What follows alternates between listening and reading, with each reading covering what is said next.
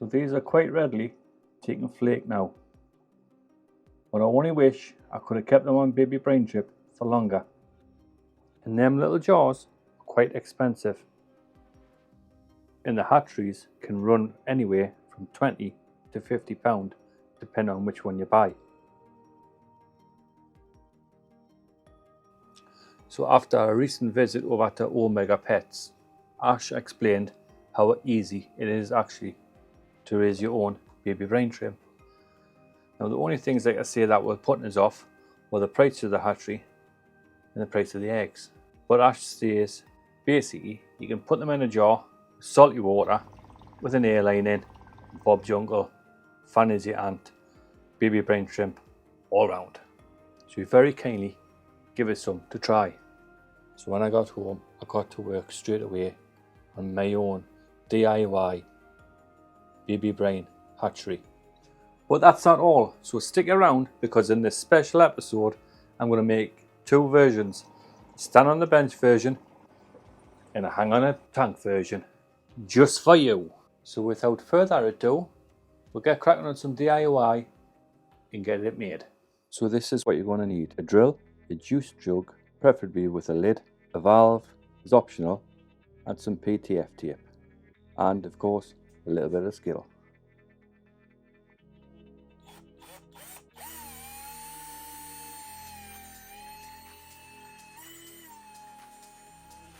So the good thing about these blown plastic jugs is where it's been taken out the mould, you always get that little round bit on the bottom that's a little bit thicker for you to drill through to make that a little bit stronger.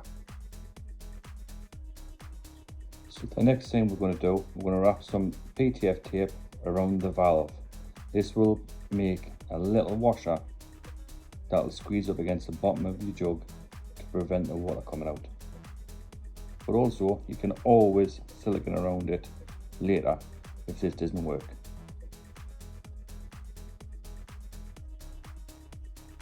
Don't worry if you haven't got a valve. You can quite easily force a bit of airline tube just through the hole and silicone around it to make sure that's airtight.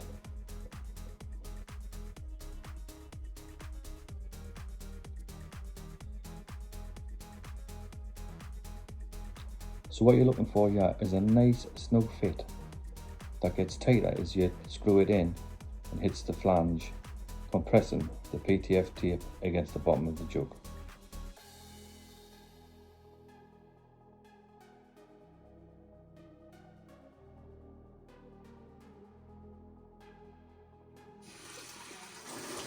Now what we're going to do, we're going to do a quick water test, just to test it for tightness to make sure we've got no leaks at that stage.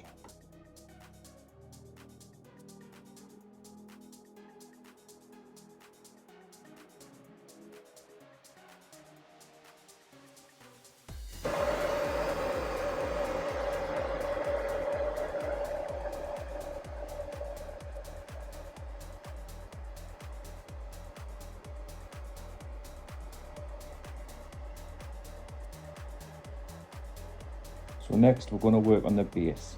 This is optional. If you're going for the hang on the tank version, you don't really need to do this.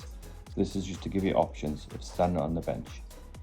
There are better ways. This is just a way that I've come up with, simply out of an old takeaway carton. Plus the good thing about doing it this way, you've always got that extra container on the bottom to catch any leaks that may occur.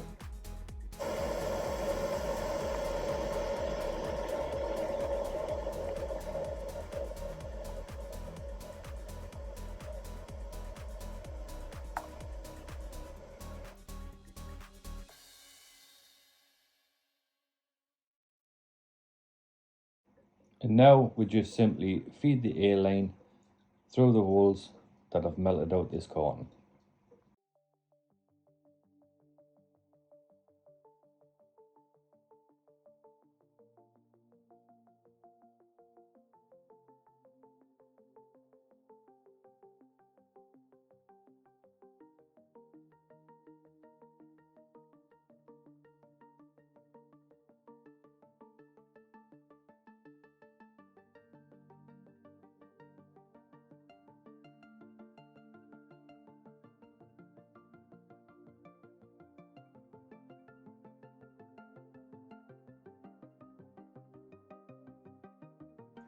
Another quick water test for the stand on the bench version before we proceed.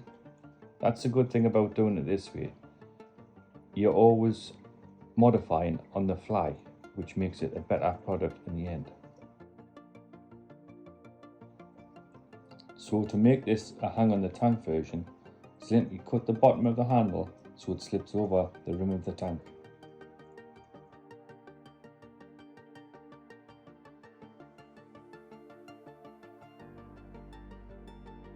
Here's one of the first quick modifications I made.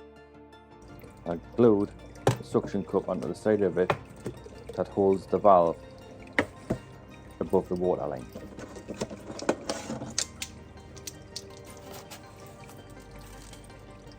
So now it's finally the time to add the salt and the brine shrimp.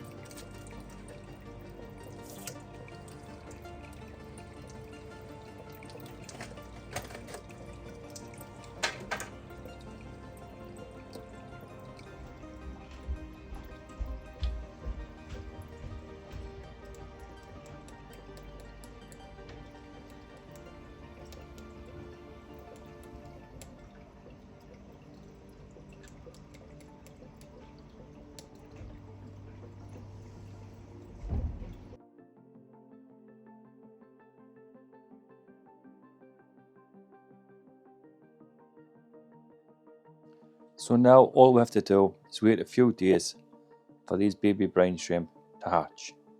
Fingers crossed.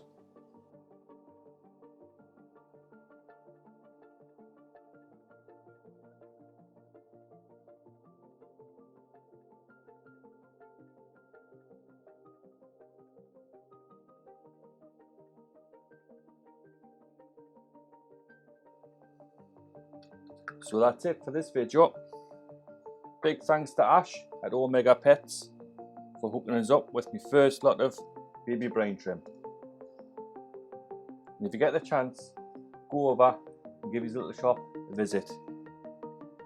It's in Concert, so if you live there, why not? And if you can drive, pay him a visit that way. His prices are really competitive and we'd appreciate the visit and the business being a new business. Did you like that video? If you did, why not watch this one? Probably just as good. Until next time, ta-ra!